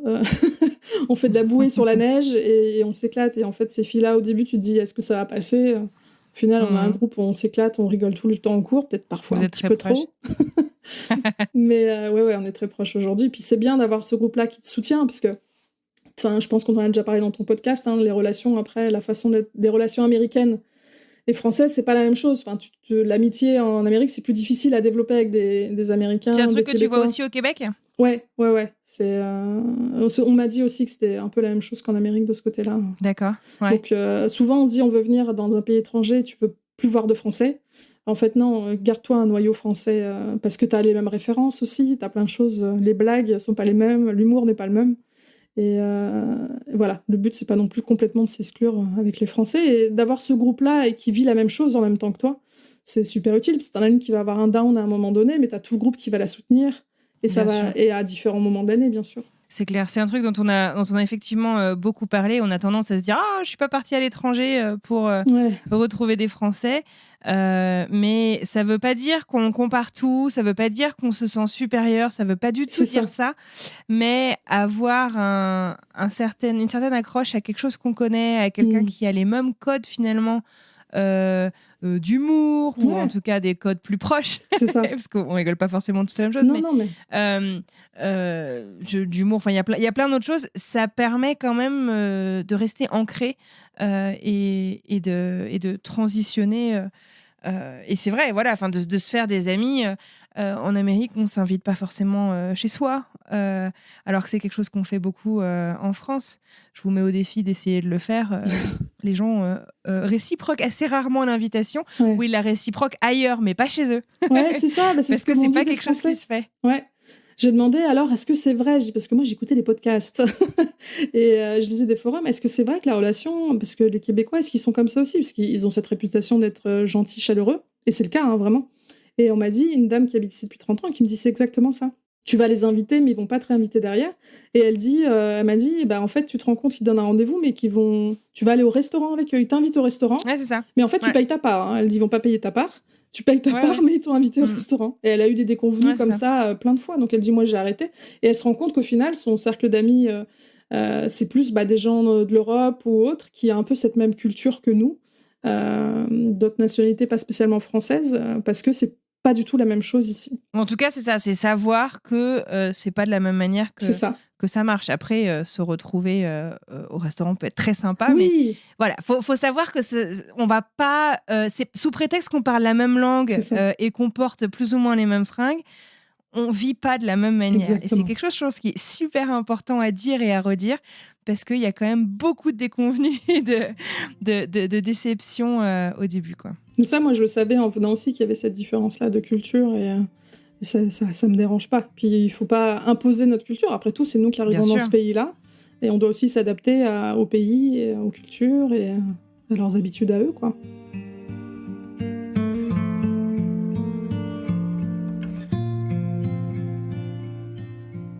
Et justement, c'est un truc que tu me disais. Le Québec, attention, c'est pas non plus un Eldorado. Tu me parlais de l'inflation dans les grandes villes. Et tu me parlais beaucoup de l'importance d'accepter le changement sans comparer donc avec la France et sans imposer son style français. Tu veux me raconter comment tu t'es préparée de ce point de vue-là et puis comment ça se passe? Parce qu'on peut avoir la théorie, mais des fois, on a aussi des petites habitudes qui sont pas faciles à bousculer parce que c'est un peu un tsunami quand même au début quand tu arrives à l'étranger. Comment ça s'est passé pour toi? Ouais, c'est vrai que c'est un tsunami. Tout change. Déjà, ton palais, il faut qu'il change. C'est vrai. Le niveau alimentaire, c'est pas la même chose. Mais après, tu dis, faut arrêter. C'est-à-dire que si tu veux retrouver, je sais pas, ta petite pâtisserie que tu avais l'habitude de t'acheter dans ta boulangerie, tu la retrouveras pas ici. Ton bon pain croustillant, ta bonne miche de pain, ici les miches, en tout cas autour de chez moi, hein, je critique pas, les miches de pain sont très molles. T'as pas cette croûte. Enfin, c'est des trucs tout. Et très cher, souvent. Et très cher, ouais. On a pour 6-7 $ juste pour ça. Enfin voilà, c'est qu'il faut vraiment te dire, bon, c'est une nouvelle chose, alors ça prend du temps. Alors, voilà, moi au début, les magasins, je passais des heures, quoi. Déjà à trouver les bons rayons. Et, ouais, c'est vrai. Hein. Ah, c'est de la folie, parce qu'ils vont pas ranger les choses au même endroit que toi tu penses que c'est. et donc, ouais, il faut pas comparer. C'est ok, j'ai ces habitudes-là, on va essayer de trouver l'équivalent, mais tu sais que ce sera pas identique. Il faut vraiment être résilient sur ce que tu vivais avant, en fait, en acceptant le pays dans lequel tu arrives. Et voilà. Et donc, tu as la partie alimentaire, effectivement, c'est le truc auquel tout le monde va parler en premier, quoi. T'arrives pas à trouver tel et tel produit. Ton petit foie gras de Noël, tu l'oublies presque. Sauf si tu veux l'acheter très, très, très cher, en importation. Mais il y a plein de petits détails comme ça qui font que, ne t'impose pas en tant que Français. En plus, la réputation française et le caractère français n'est pas toujours très... C'est vrai? C'est quoi la réputation des Français au Canada ou au un peu Québec? partout. C'est des râleurs qui pensent qu'ils sont un peu imbus de leur personne, qui sont les meilleurs, tu vois. Ils vont dire le système scolaire québécois est nul, les Français sont les meilleurs. Voilà, ouais, c'est ce que j'entends de Français qui sont là depuis longtemps. Ouais, c'est ça. Mais Ah, tu l'entends, tu le constates aussi que les gens disent ça beaucoup? C'est pas juste un cliché? Des gens que j'ai pu rencontrer qui sont installés ici depuis plusieurs années, c'est ce qu'ils vont me dire. C'est que le français souvent se croit au-dessus et que le Québec est en dessous, ne serait-ce qu'en éducation par exemple. Alors moi j'ai pas d'enfant, je peux pas comparer, mais c'est juste que c'est différent. Tu vas quand même à l'école. Oui, mais c'est juste que c'est différent. Voilà, arrêtons de comparer, c'est différent. Par contre en anglais, ils vont nous exploser tous parce que les gamins ils parlent super bien anglais à 6 ans, alors que nous on sait pas. Tu vois, des Français qui vont arriver ici avec leurs enfants, ils sont à l'école en anglais, ils disent on comprend rien, mais parce qu'ils sont tous bilingues déjà. Eux ils vont être au-dessus par exemple sur l'apprentissage de l'anglais et l'école est complètement différente, mais c'est ça, il faut essayer de pas comparer. Et on avait une copine en cours qui a eu un gros coup de blues avant Noël et on lui disait mais essaye de pas comparer, mais de vivre les choses que tu pourrais peut-être pas vivre là-bas et de les vivre pleinement. C'est-à-dire que t'as plein d'activités en plus qui sont... le Québec, ça arrête pas de vivre parce qu'il neige. C'est pas comme la France. Et on a été faire de la bouée sur de la neige en faisant des descentes, des choses comme ça. Essaye d'apprécier les petites choses que ici le pays peut te donner, que t'avais pas là-bas, sans essayer de comparer. C'est ça. Ouais, et souvenir pourquoi on est venu aussi, quoi. Ouais, c'est ça. Et on sait que ça va pas être facile, qu'il y a une différence. L'inflation, par exemple, là, ils ont augmenté la somme qu'ils demandent aux gens pour venir, ne serait-ce qu'en permis d'études, pour parce que c'est pas assez. L'inflation. Ouais. Les prix des loyers sont devenus fous. Enfin, moi, j'ai l'impression de me retrouver en région parisienne au niveau des prix, et même au niveau des courses. Enfin, je fais des courses pour moi toute seule. J'en ai genre pour 120 $ juste pour ma semaine, quoi. Et encore, t'es partie à Québec. T'imagines si t'étais partie à Montréal? C'est ça. Donc non, c'est pas l'Eldorado, c'est différent. Alors oui, les paysages existent toujours, tout ça. Enfin, moi, il me fait toujours rêver le Québec. Il y a aucun souci. Enfin, j'ai hâte un jour d'avoir une voiture et de continuer mes aventures, tu vois. Mais voilà, pensez pas que vous allez arriver, que tout va vous être dû, déjà, c'est faux. C'est vous qui arrivez. Et les aides ne viennent pas tout de suite, par exemple, hein, si vous avez des enfants. Je crois qu'il faut être là pendant 18 mois pour avoir des aides au niveau de l'État. Donc voilà, ça prend du temps. Et il faut... C'est pas un Eldorado. Tout n'est pas juste magnifique. Il y a les crises économiques, il y a une crise... aussi sociale, il y a beaucoup de gens qui ont tout perdu, donc il y a beaucoup de SDF aussi. La crise du logement est là, c'est pas facile de trouver. Enfin, voilà, les problèmes que tu as en France au niveau politique, tu les trouves ici aussi. Mais beaucoup de gens ont l'air d'oublier ça, en fait. Et alors, toi, ton futur, tu utilises, et je vois que c'est important pour toi d'utiliser le mot immigration. Comment est-ce que tu l'envisages, ton futur? Est-ce que, tu le disais, tu aimerais pouvoir avoir ce permis ensuite pour 3 ans, pour pouvoir avoir la résidence permanente. Donc, tu aimerais construire ton futur à long terme au Canada, au Québec? Ouais, j'aimerais. Quand je suis partie, j'ai dit à tout le monde, attendez, peut-être que dans un an, je reviens, parce que entre les vacances et la vie, c'est pas la même chose. Exactement, entre les vacances et la vie, on sait pas ce qui va prendre, quoi. C'est ça. J'avais prévenu en disant, et puis j'étais consciente de ça. Mais c'est bien d'en être conscient. Oui. Ouais, c'est ça. Ouais. Mais au bout de maintenant un peu plus de 3 mois, j'ai envie de rester, c'est sûr. C'est vrai. Ouais, effectivement, je veux vraiment me projeter. Et puis je me dis, je viens pas faire des études ici pour repartir en France, quoi. Mon but aussi, c'est, dans un sens, le Québec m'a donné cette opportunité-là de me former à un métier qu'ils ont besoin en plus dans le médical, tout ça. Donc je veux aussi rendre à la société québécoise ce qu'elle me donne là pendant mon année et demie d'études, parce qu'au final, tu vois, j'ai pas payé mes études grâce à l'accord. Je veux rendre ça aussi. Et puis moi, la société ici, elle me convient, la vie me convient. Donc moi, aujourd'hui, je veux rester. J'espère vraiment rester par la suite, m'installer. En plus, ils viennent de changer. Alors là, les lois au niveau des permis changent tout le temps ici.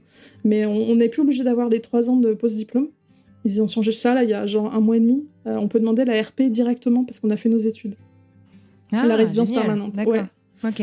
Donc ça bouge. Tu gagnes du temps quand même. Ouais, je gagne du temps. Mais ils risquent aussi, là, ils parlaient de... changer aussi au niveau du permis. Le fait qu'il y ait un permis ouvert pour ceux qui ont un permis d'études, ça risque de changer aussi dans les mois à venir. D'accord. Parce qu'ils viennent de se rendre compte qu'il y a beaucoup d'immigrants, mais pas assez de logements, par exemple. Donc, ils veulent limiter l'arrivée des immigrants. Donc, si vous voulez venir en permis d'études, tardez pas trop, parce que ça va bouger au niveau des lois prochainement. Ouais. Ok. En tout cas, moi, mon avenir, pour l'instant, je le vois ici. Eh ben, génial. Écoute, moi, je te souhaite plein de bonheur, mais t'as l'air... Ta détermination, je la trouve très, très inspirante. Parce que je me souviens, en plus, quand je t'ai demandé de me raconter un petit peu les grandes lignes de ton histoire, tu me dis oui, à 44 ans, je suis partie. Mais ton âge, on l'oublie très, très vite, parce que j'ai l'impression que les freins, t'as roulé dessus et enfin, tu vois, c'est incroyable, quoi. Ouais.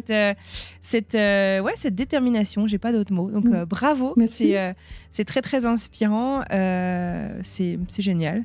J'espère que tu vas continuer à être heureuse et épanouie là où tu es.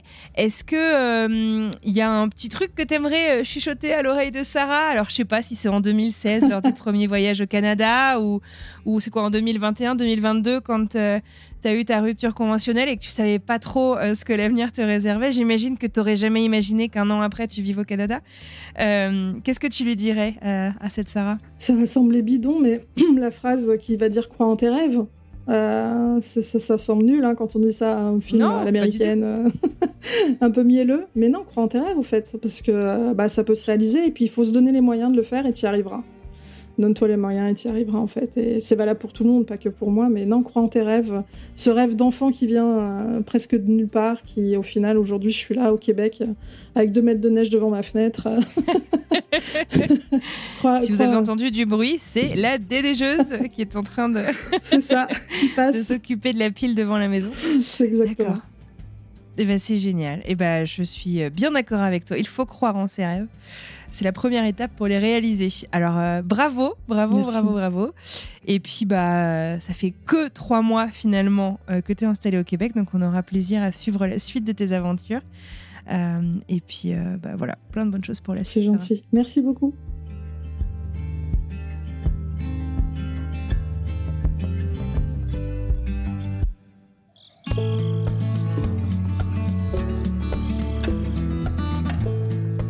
Et voilà, c'est la fin de cet épisode. J'adresse un immense merci à Sarah pour ce très chouette moment passé ensemble. J'espère que cet épisode vous a plu aussi tout autant qu'à moi. Si c'est le cas, n'hésitez pas à en parler autour de vous, à partager cet épisode ou même à nous laisser un petit mot sur les réseaux sociaux, Spotify ou encore Apple Podcast. Ça compte énormément. Merci d'avance. Et alors, la semaine prochaine, on parle de quoi? Écoutons un petit extrait.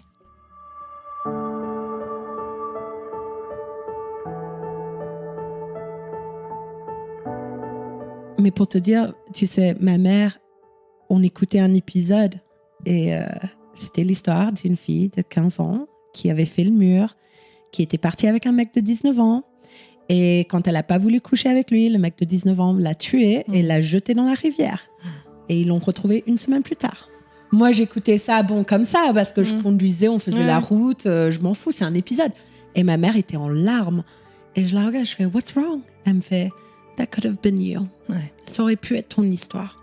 Et elle m'a expliqué qu'elle sait que ça m'a fait beaucoup de peine et beaucoup de mal, mais elle voulait éviter que je devienne un épisode, en fait.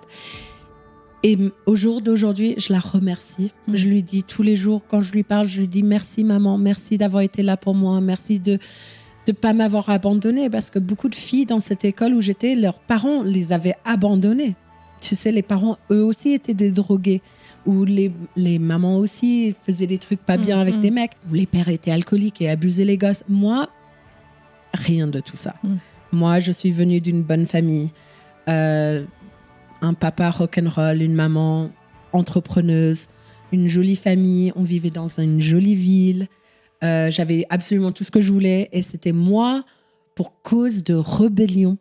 Parce que je voulais être comme Buffy. Parce que je voulais casser les murs de Santa Barbara. Parce que je voulais sortir du lot et être reconnue comme une rebelle. Eh ben, je me suis retrouvée dans un putain de bordel, en fait.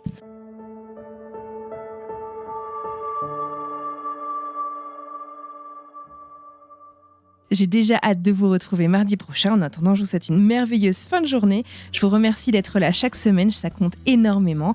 Et je vous dis donc à mardi pour cette nouvelle histoire. À bientôt.